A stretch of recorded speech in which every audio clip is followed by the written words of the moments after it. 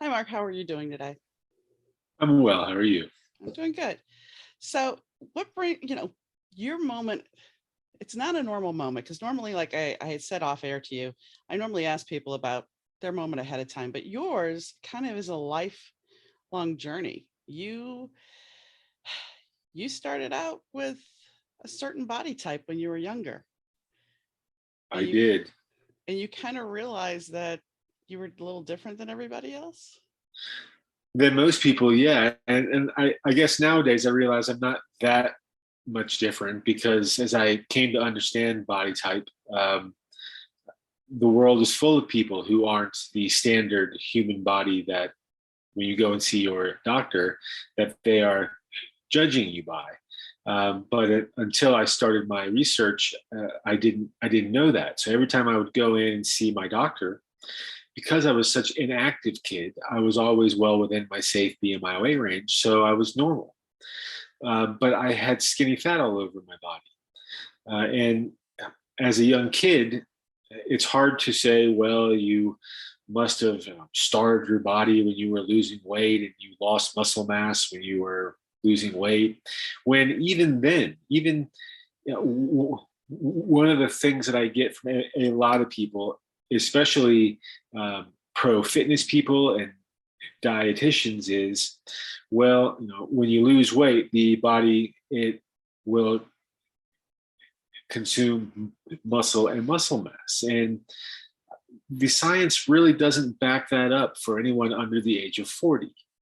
So what the science says is that if you lose weight safely and you're not starving your body, the body will always burn fat and calories consumed first.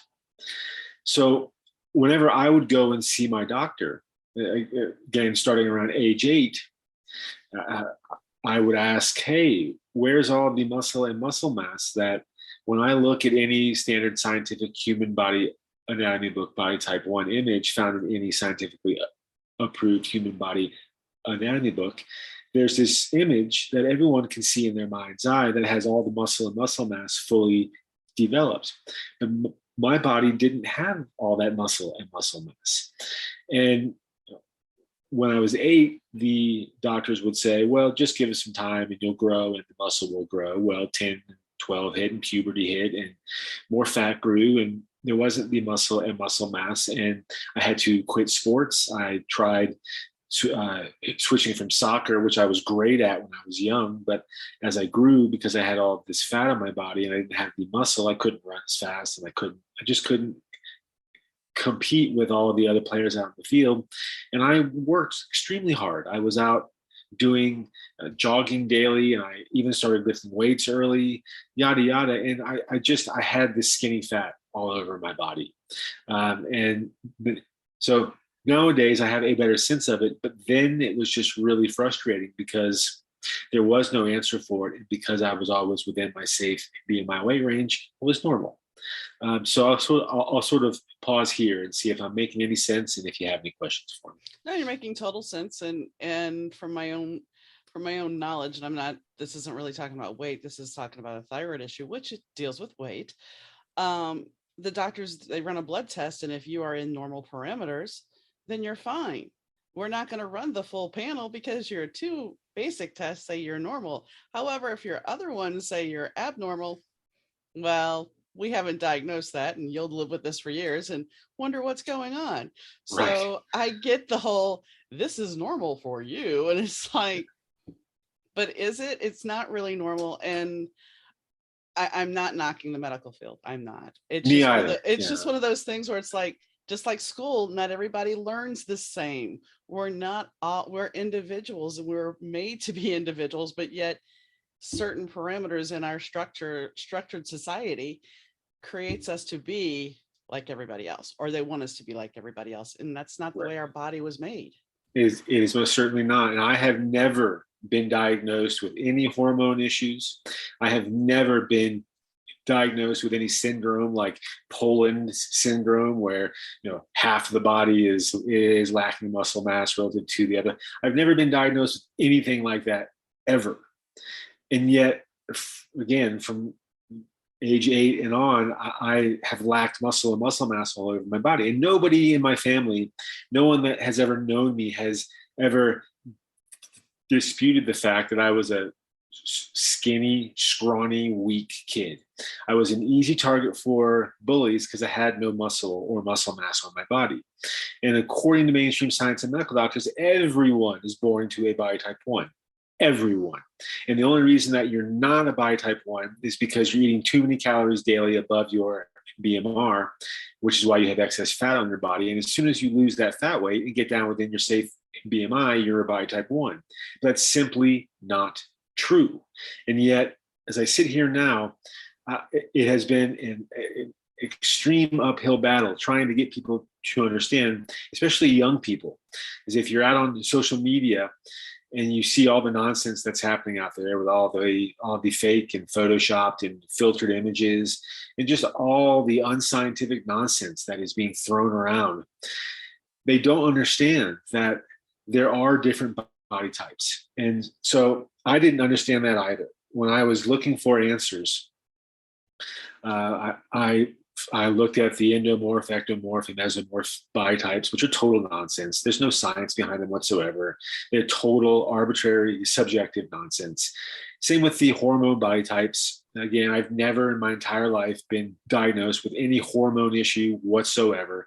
We have hundreds of scientific body type quizzes up on our site, and many of them are the same thing. They are people who are not a body type 1, they're a body type 2, 3, or 4, who have never been diagnosed with a hormone issue of any kind whatsoever.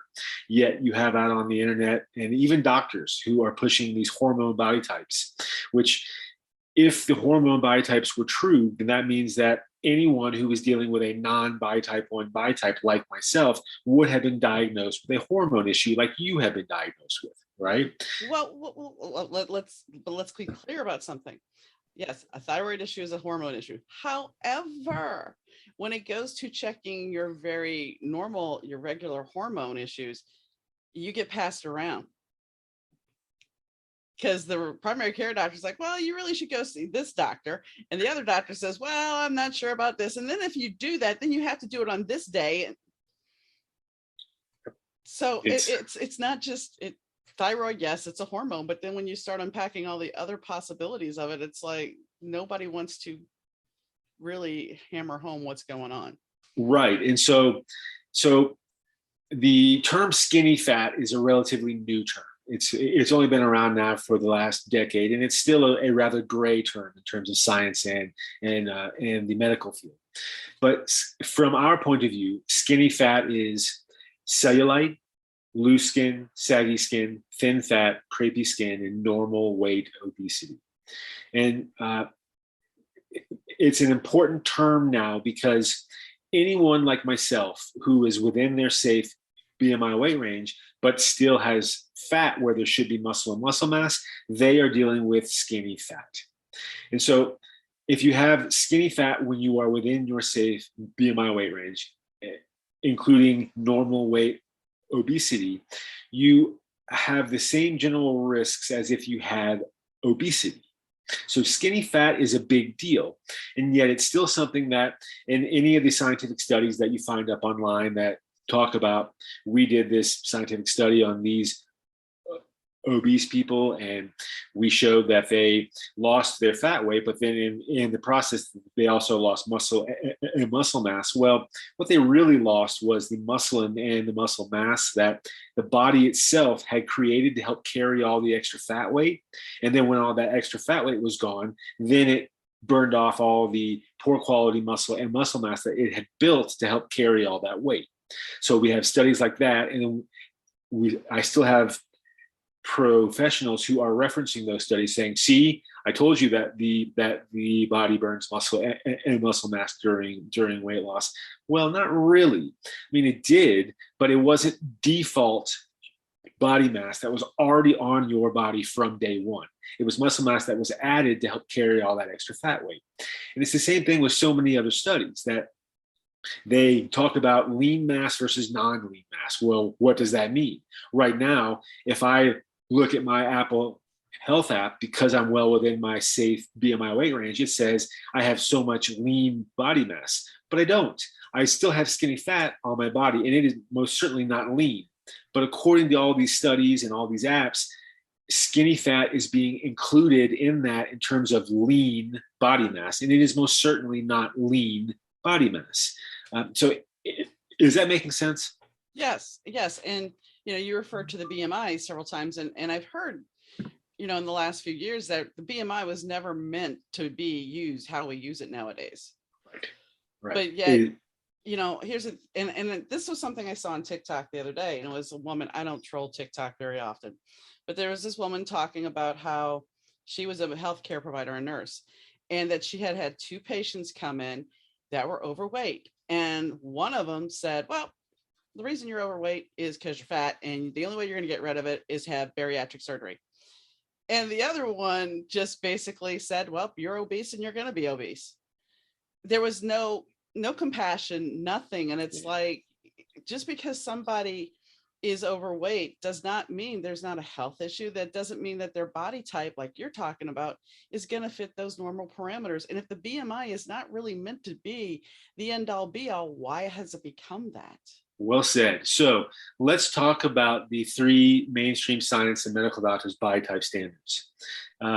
So the first standard is the standard body type 1, the standard scientific human body anatomy book body type 1 that you find in any standard scientifically approved human body anatomy book. Again, it's that image in your mind eye with the human body and all the muscles and muscle mass are fully developed.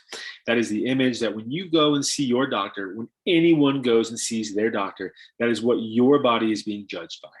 Yeah, we know that it is a scientific fact, a genetic fact that any part of the human body can be underdeveloped to whatever degree. That includes muscle and muscle mass. So that is the first standard and why it's not accurate. The second standard is the body mass index. It became the standard in 1985, albeit it's been around since the 1800s, but it is not accurate because one, it does not take into account skinny fat. It does not calculate in any skinny fat whatsoever. So again, if you're someone like me who is within their safe BMI weight range, but I'm lacking muscle and muscle mass, I have skinny fat in place of that because of my genetics, yet that's not being calculated in. And that another reason why the BMI is not accurate is because it is very possible to have excess muscle mass on your body, like Dwayne Johnson, the Rock. That dude's all muscle.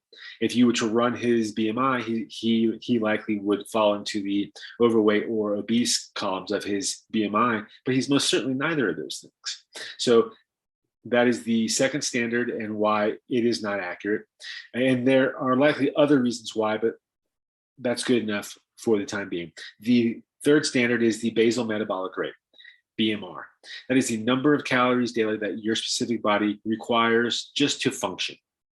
And that standard is not accurate because it too does not take into account skinny fat. Science recognizes that 1 pound of muscle mass burns 6 calories daily.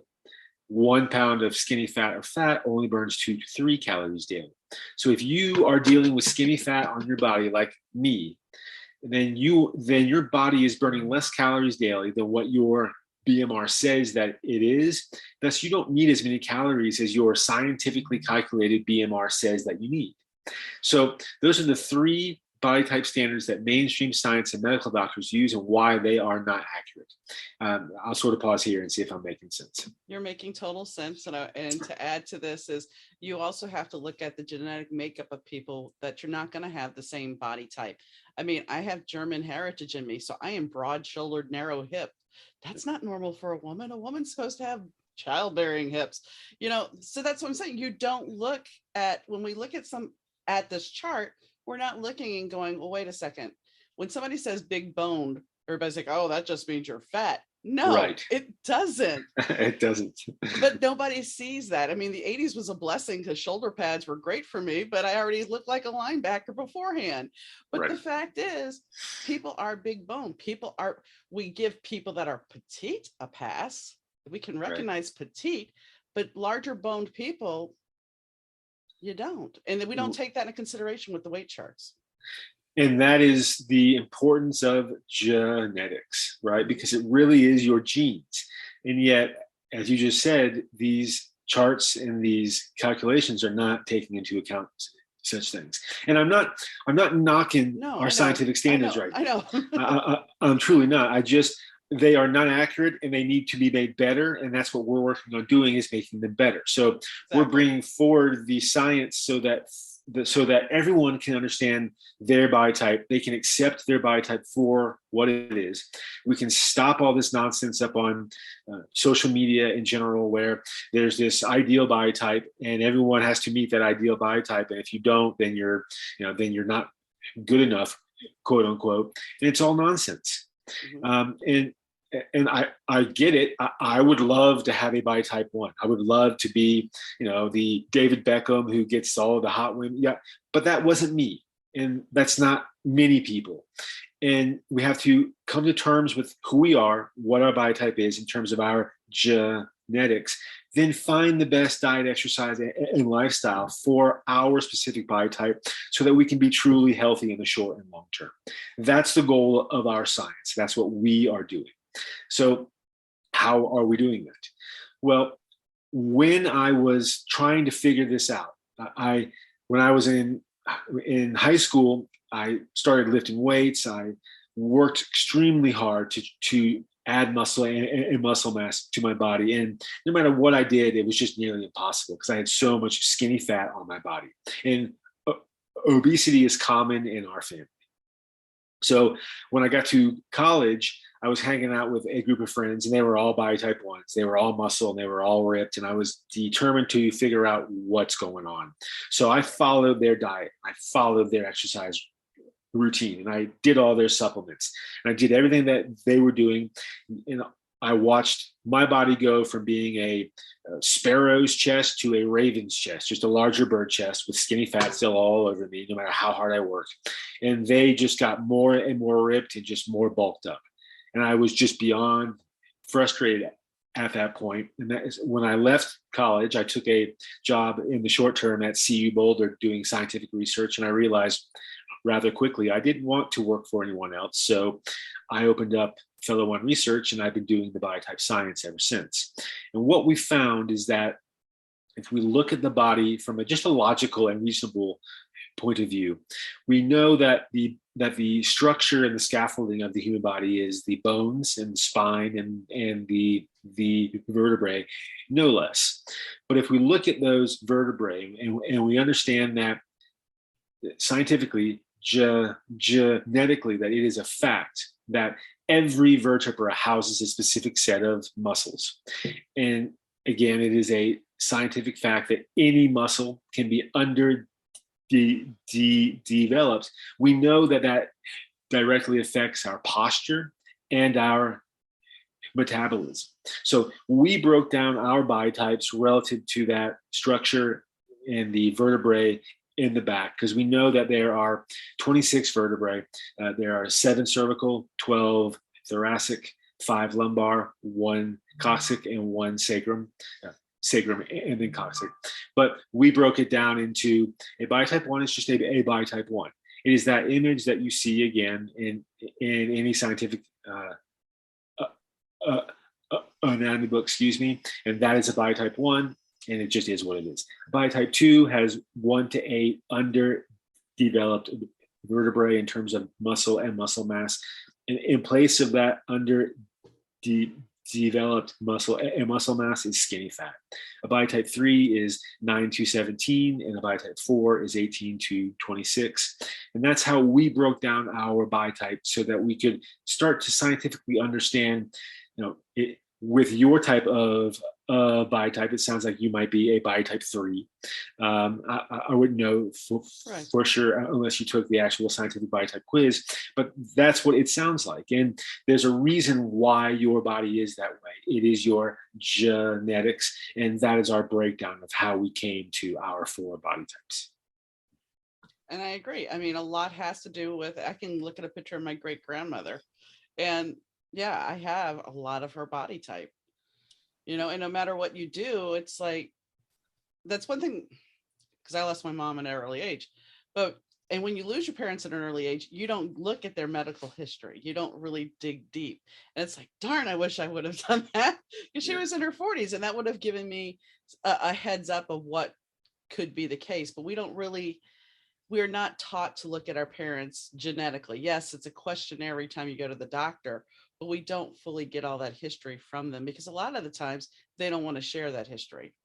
Well said. I know that my parents didn't. And when I first approached them around age 10 and actually asked them about all this weird fat and skinny fat all over my body, to them it was just normal because, again, obesity is normal in our family. And so they didn't see anything wrong with it. They didn't it was just normal, but it's not normal. But it is important to understand that ob- obesity is not just folks being lazy and eating too much. There Right. is definitely that actual quality, or those are definitely variables in play here. But there are people like me who have worked very hard my entire life to be within my safe BMI weight range. I haven't been, lazy or eating too much. And yet I've dealt with normal weight obesity my entire life.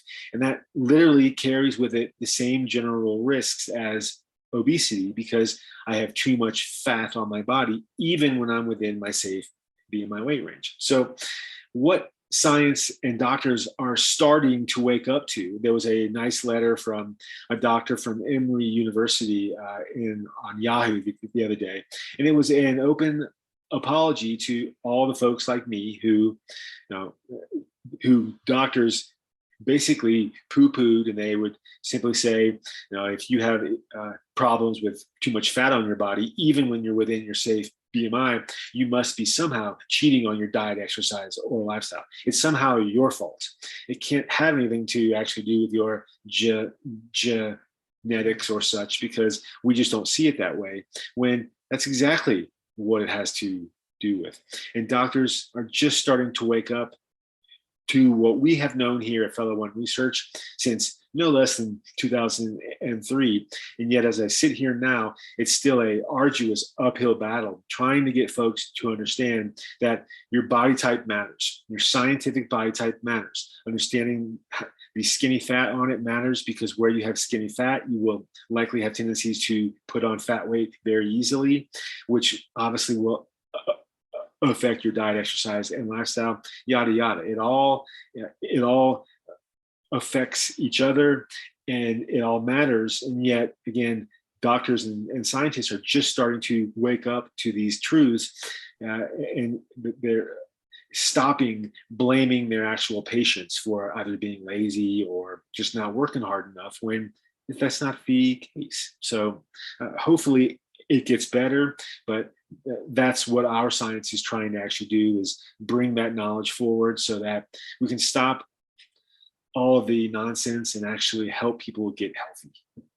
Well, that's an important thing. And when you look at our diets in the United States, we are tended fast food has become very much the norm and very easy to deal with. And Of it's course. cheaper than going to the grocery store. So how do you argue that, well, maybe if you were eating healthier, well, if you can't afford to feed your family by eating healthy, and I'm not saying that I haven't had fast food in 2 years, but it still doesn't mean that you're going to be 100% healthy. And you still have to make good choices at the grocery store. And between food deserts and some of the stuff that we put in our food supply that's not allowed in Europe, there's questionable resources for how healthy we can truly be if our food supply is not good. Amen. And that is a gigantic worry on our part. Is right now, none of the corporations that are peddling the fast junk and processed foods are paying any consequences. There's no tax for that nonsense, even though we tax cigarettes and alcohol and all the other things that we know damage the human body and human health. We know for a fact now that these fast, processed, and junk foods all damage the human body. It is common, it is regular, it is most people are eating it every day. And I would actually argue with you that fast food is cheaper. So I hadn't eaten any fast food in like a decade. And just to break my fast food fast and just to go and see what it was all about, I went down to Wendy's the other day and I got a Dave single, and it was $6.18 with tax, just the Dave single burger. But did you see, here's the thing. If you go on their budget menu, right, which is Coke and fries, right? The smallest burger you could possibly get. Right. And so what you're really getting is the smallest burger possible, which is mostly bun, and other sugar nonsense, which is the ketchup and all of it's just basically sugar, and then the fries, which is basically just sugar, and then the soda, which is basically just sugar. Right? It's all just sugar. It's all just really high glycemic index carbohydrates, which is what is driving the obesity epidemic. It's what's driving folks to not be able to actually lose weight, because it's all just terrible for the body in general. If we could educate folks, I can go down to Trader Joe's and I can get a pound of grass-fed organic ground meat for $7.49, right? So basically for the same amount as that one burger at Wendy's, which was probably not even a quarter pound of meat and all the rest of it was sugar nonsense, I can get a pound of really high quality meat and then make a really good meal out of that. So I'm not saying that that's necessarily inexpensive, because I know that you can get non-grass-fed and non-organic meat for like $5 or even cheaper. But it's not as healthy. And I get what you're saying. My point was, if they're hitting the budget menu, and I'm going to be honest, my very first job was at McDonald's, and we didn't take credit cards. We had one window. That was it. There was not the big hoopla. And you can see how, as this epidemic has grown, how now we take credit cards. Now we have the lane split. Now we have automation doing half the job that the worker was doing beforehand. Right. And it's, and I live in a small town, and we now have a Burger King. We have a Culver's, which is a upscale burger joint. And we have a McDonald's. And I guarantee you that there is a line for people wanting to get into McDonald's almost every day. And I'm just like, and we have a 2-lane road with a turn lane, and it's like, how 2-lane highway with a turn lane, how do you have this line going into McDonald's? Right. It's not good, especially if you walk away from there, don't have it for a while, and you go back.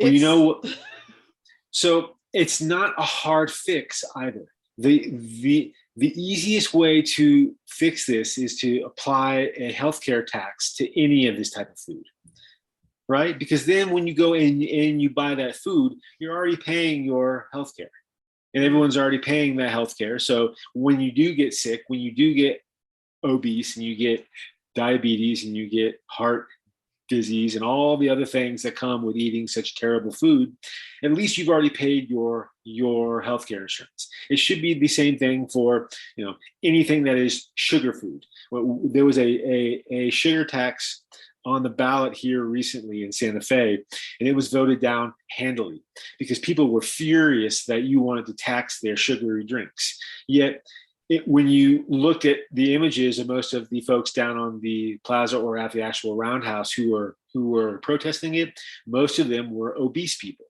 right? And so I believe in being an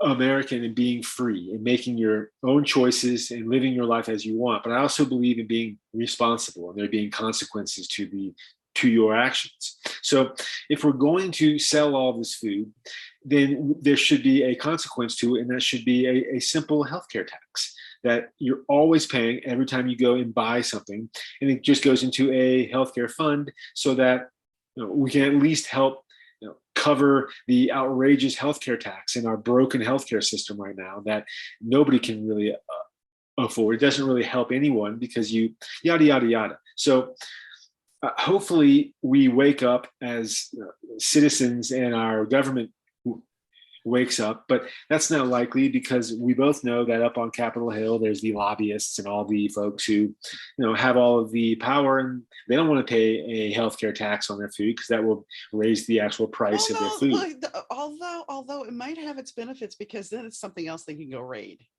Right. But I was going to say, we're talking about eating healthy food.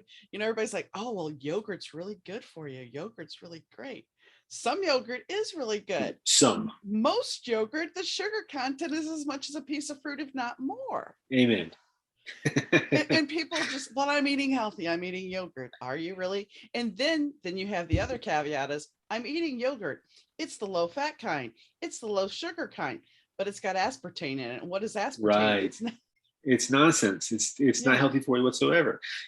I just recently at 47 developed a serious whey allergy so I can't eat dairy anymore, which is just awful because I loved my yogurt and oatmeal. I would basically just in a glass jar put oatmeal and then just plain old really healthy yogurt and wake up in the morning and have it. Was just wonderful, but I can't do any of that. And I was looking for substitutes in terms of soy or cashew, and they all are just loaded with sugar. It's just nonsense. Actually, I found one today it is so delicious. It's an unsweetened vanilla that has 1 gram of sugar, and it's made with coconut milk. What's the brand? And I'll go check it out. So delicious. So delicious. Cool. Thank you. Because I love my yogurt. I just So anyways, what I am hoping is that folks begin to wake up to what the science says, because the science is really how we're going to make things better. And we don't claim that our science is written in stone. We don't claim that our biotypes are written in stone. We had to start somewhere and break things down and start somewhere. But science is always evolving. It as new data, new evidence and facts roll in, we are always open to changing our mind and changing our resources up on our website. But if we're not going to follow the science, then we're not going to see things get any better. So up on our website, you can take our scientific biotype quiz. You can use our scientific weight loss diary. We have a basic and an advanced. The advanced comes with access to our Ask Gnosis section, which is our expert science-based diet, exercise, and lifestyle team, of which I basically edit all of the comments that come through Ask Gnosis. So you're basically talking with me. But we do have diet and exercise pros who will come in, yada yada. Anyways, you can use those. Our weight loss diary is not in competition with MyFitnessPal or Calorie King or the Apple Health app. All those work wonderfully, symbiotically, in harmony with our diary. The point of our diary is to hold people accountable.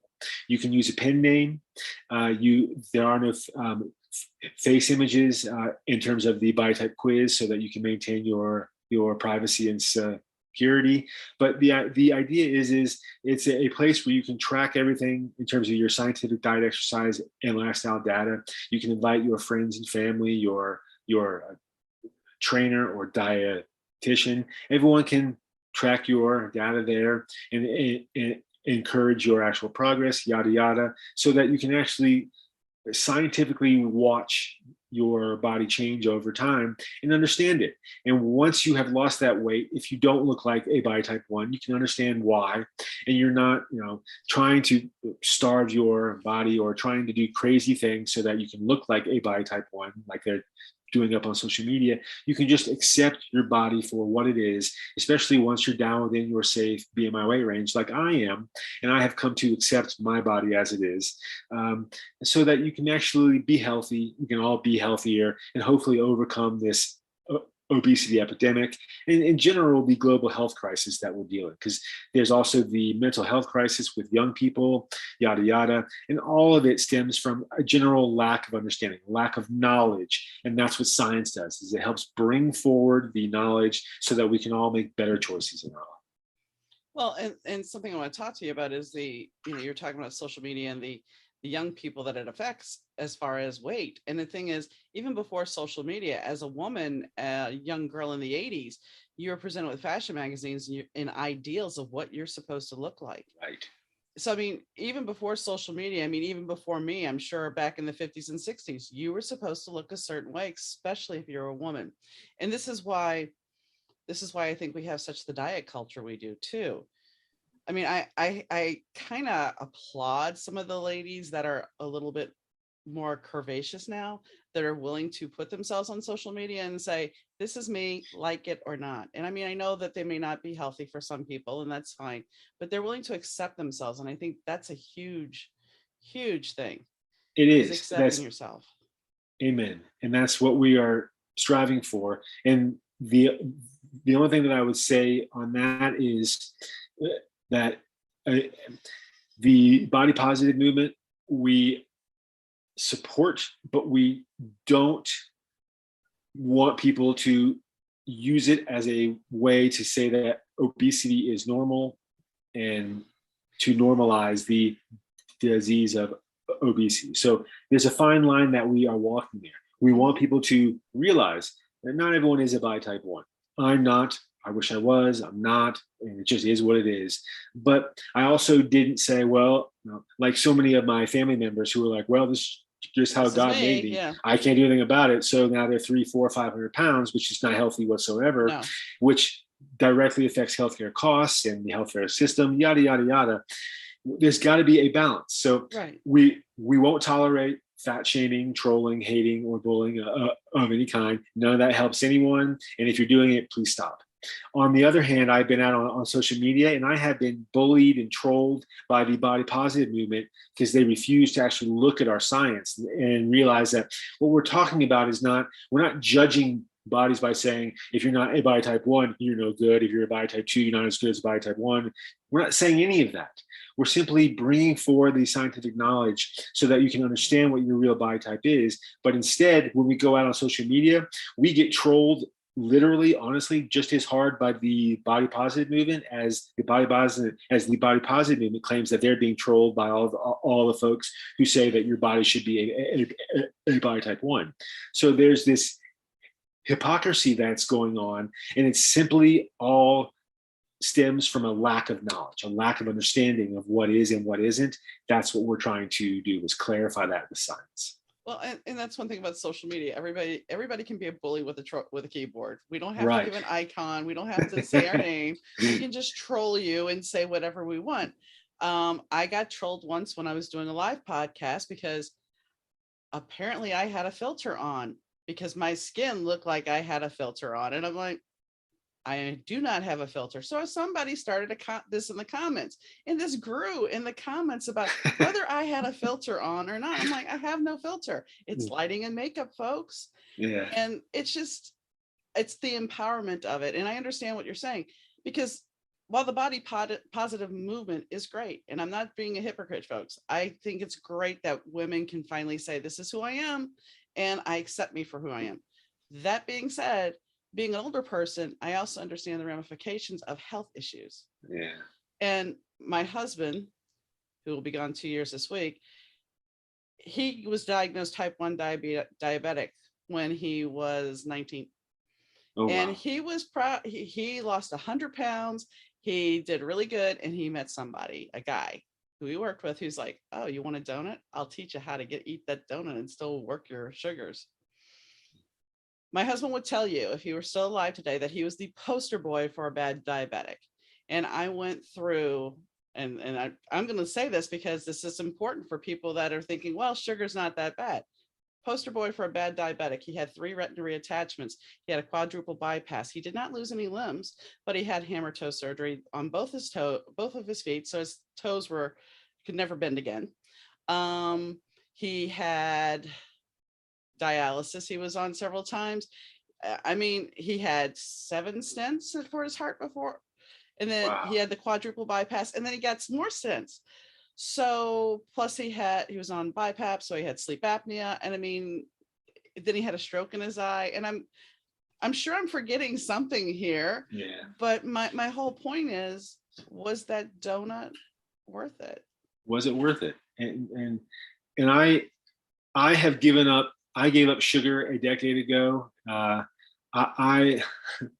I've given up so much in my life to be healthy because I believe that being healthy is one of the only things that we humans truly own is our health. And to be honest with you, I actually am sort of the poster child for being too healthy, for not living the rule of moderation. Because I was doing a low sodium diet of about 1,000 milligrams a day, and I was doing a really heart healthy diet, and my blood pressure got down to 90/50, which is too low. Yeah. Right. He had that too. He had that too. So go Right. ahead. Yeah. And so Yeah. and so what I'm getting at is that it's moderation. You've got to find a balance in your life. And I'm now finding my way back to a state of balance to where, like I said, I went down and I had a fast food burger the other day, and I broke my fast food fast because it's about balance. It's about living life and allowing yourself, the pleasures of life, but realizing that most of your diet is going to stem from a healthy diet. It's going to likely be, we push the Blue Zone Mediterranean diet because there's a lot of science that backs it up. It's a heavy vegetarian focused diet, but you can still eat meat. You can still eat the things that you want. It's just a lot less in terms of refined foods, processed foods, junk foods, and fast foods, yada yada.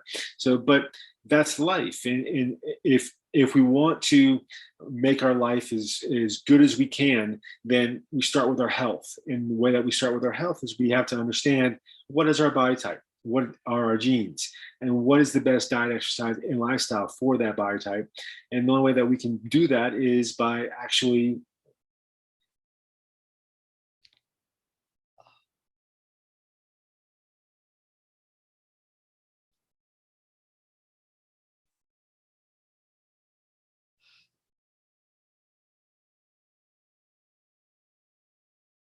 understanding that out there. And not a single one of them.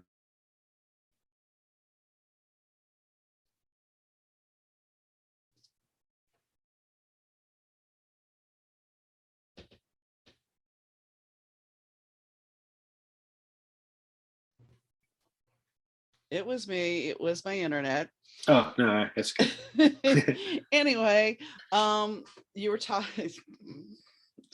You froze, and I I'm sorry. disappeared. No, Oh, it's sorry. not your fault. It's the internet. So you were talking about that you had to find balance, Yeah, and that each program has to be for a different. It has to be tailored for you.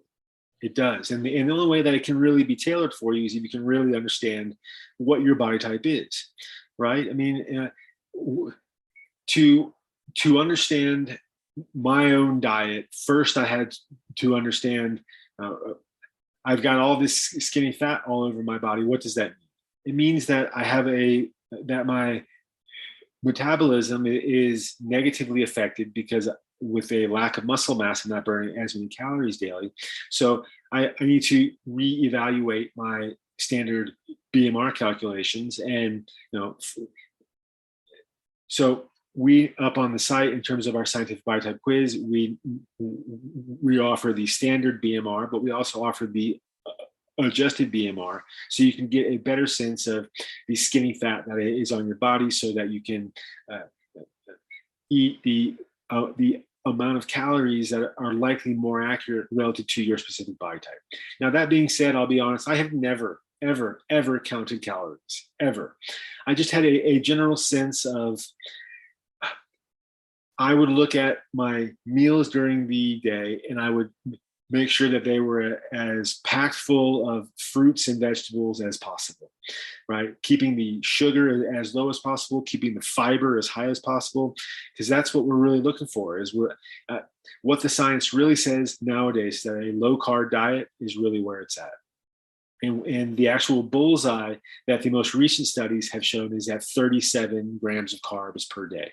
And so in terms of getting those 37 grams, most of it needs to be fiber. And so that's a tough thing. And this is in the process of losing weight. Once you've lost the actual weight, you can tweak that as needed. But in the process of losing weight, if you do lower carbs, then you're forcing your body to burn the fat that's on it. And of course, using the calories that you are consuming daily. But even then, the body will have a tendency to burn more fat if the calories that you are consuming are high quality lean meats and high quality fats like olive oil and flax oil. Then again, the body will be forced to burn the fat on your body, and the science really does back this up. And of course, once you get down to 37 grams of carbs a day, you are really into a keto diet. So you can call it whatever you want. I usually just stick with a low carb diet because the keto diet, when I think of the keto diet, I think of more of a high fat diet, and my body just doesn't do well with high fat. Well, and let's be honest, before it was keto, it could have been called Atkins. Oh, gross. May have lost you again. That's okay. Are you still there? You were there. No, you're not.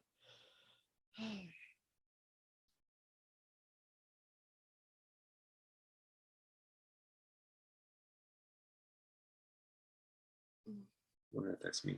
No, I don't know who it is. Are you there now? I am. Okay. What I was going to say is it's my internet. I can see it says your internet connection is unstable. Atkins was keto before keto was cool. You know, right. I mean, we're just right. And it's like there's a certain diet plan I will not mention. I was on that for a while, and yes, I did lose weight, but the whole fact of the matter, it's not sustainable because chicken still has calories to it. A chicken breast still has calories, even though we're saying it doesn't. So, you know, you can't live like that. And again, what the most recent science shows is that counting calories really is not where it's at. Keeping calories at a deficit really isn't where it's at, because the human body will go into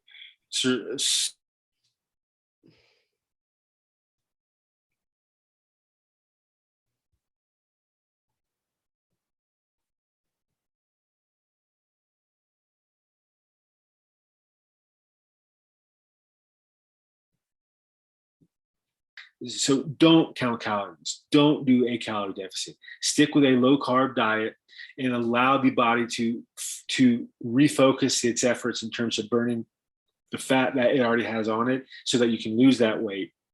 Once you've lost that weight, then it will be a process of figuring out, you know, do I stick with this low carb diet, or can I add more carbs, yada yada. But it's a process, and so there are all these diets out there, and I personally have tried every diet under the sun, and what that led me to was hating diets, right? Because I just don't find a lot of value in the diet itself. What I find value in is the actual nutrients. So understanding the macronutrients and the micronutrients, the proteins and the fats and the carbohydrates, you know, and the vitamins and the minerals and the antioxidants. And then once you understand all that, then it's essentially figuring out meals during the day that you really enjoy, that are based on as much vegetarian focus as possible. But I'm not. I did a vegan diet for a while. I did a vegetarian diet. Neither of them worked well for my body. I do a lot of vegetables, and I still do a little bit of red meat, and I do a lot of chicken. So, anyways. The diet culture here in this country, and probably worldwide, but I'm more versed in it in this country, is out of control. And there's a lot of people who say we need to get rid of the term diet. I don't think that that's necessarily the solution either. It's just understanding the diet that you choose to actually eat should really be based on the macro and micronutrients and the type of food, the quality of the food that you are choosing to eat. And then that's right for you. That's going to, right. Because, you know, there's certain things, we'll go back to the thyroid issue. There's certain vegetables. Now this is the old conversation of even with the eggs, even with eggs, because one study says eggs are great for you. The next study says Right. eggs are not. That's Same right. thing with thyroid. You should avoid nightshades. Oh, well, no, you can have nightshades. Oh, no, you shouldn't. You really, what it comes down to is sometimes your body does not react well with certain foods. Corn is a good inflammation raiser for a lot of people, but yet it's almost in everything we eat. Yeah, right. Right. And that's it's work to figure out the diet that works best for you. And that's one of the hurdles that we have faced.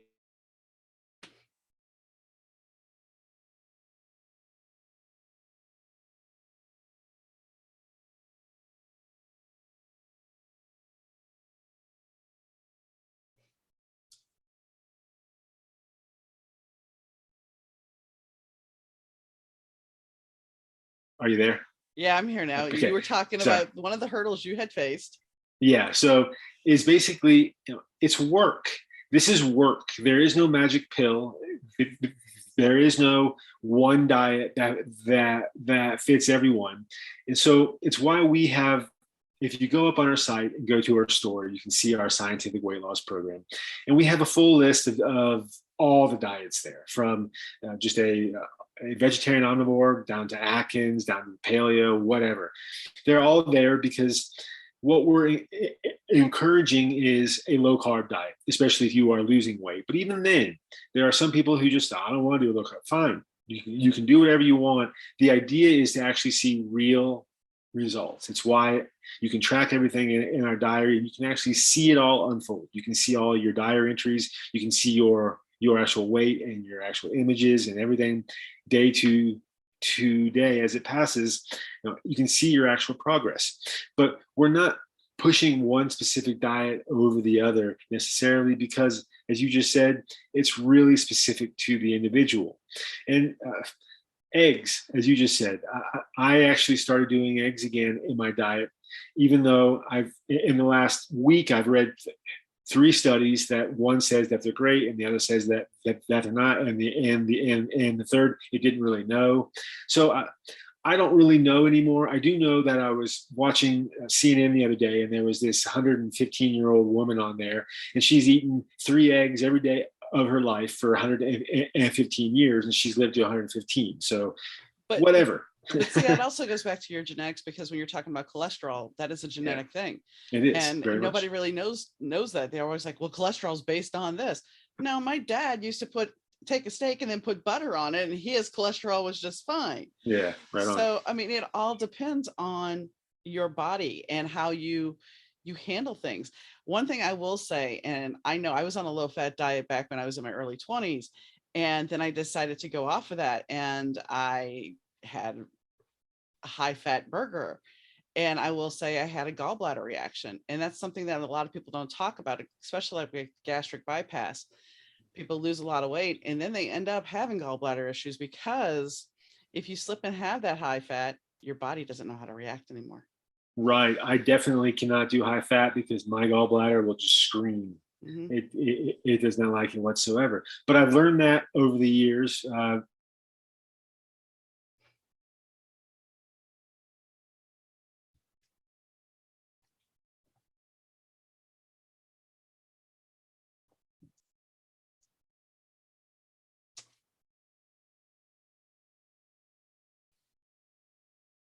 You've learned that over the years. Yeah. So yeah, so I basically just have learned that putting in the work to figure out what works for your body in terms of the food that you eat is where it's at. That's what it's really all about. Stop being lazy, please. I was just up on Facebook prior to joining your show, and all there are is folks up there who are looking for some sort of quick fix, a pill, anything, so that they can lose weight really quickly. And that's not how it works. There is no pill. There will never be a pill that helps you lose weight safely. It may help you lose weight, but you're going to find that there are these terrible, yada, yada, yada. Please just do the work. And that's, again, it's one more reason why we built the Scientific Weight Loss Diary, is because it's a place where we know it's work. We know that it's not a lot of fun sometimes, but that's just the nature of it. If you can at least track it all in one place and invite your friends and family, and they can come on and they can encourage you, and see your actual progress. Then you can at least realize that you are making progress, and yada yada, so that it hopefully makes it worthwhile. And yeah, so yeah. Well, I thank you, Mark, for coming on to a very insightful conversation. Is there anything we didn't talk about that you wanted to mention? Oh, I think I mentioned our scientific biotype quiz and the weight loss diary up on the site. Uh, there is a book. It's called Overprivileged White Guy, and I named it that. I realize that it's a bit of a risque name, but I couldn't imagine being born in a biotype 4 like I was. When I left home and got out into the world, I had no sense of how privileged I really was as a white dude, and I couldn't imagine how much more difficult my life would have been had I not been a white dude. So that's why I named it the name that I named it. But it's actually the story of my journey. It's not. It talks about the science, but it's not written in boring science jargon. It's actually written in novel format, so you can understand, how I came to the science, yada yada. So that's up on the site, and then of course you can find us up on social media. Um, we have two different types of accounts. There's the 4 types, which we're basically just talking about all the science related to. But then we also have a few Ask Gnosis accounts, I believe, up on Twitter and Facebook. So if you don't have the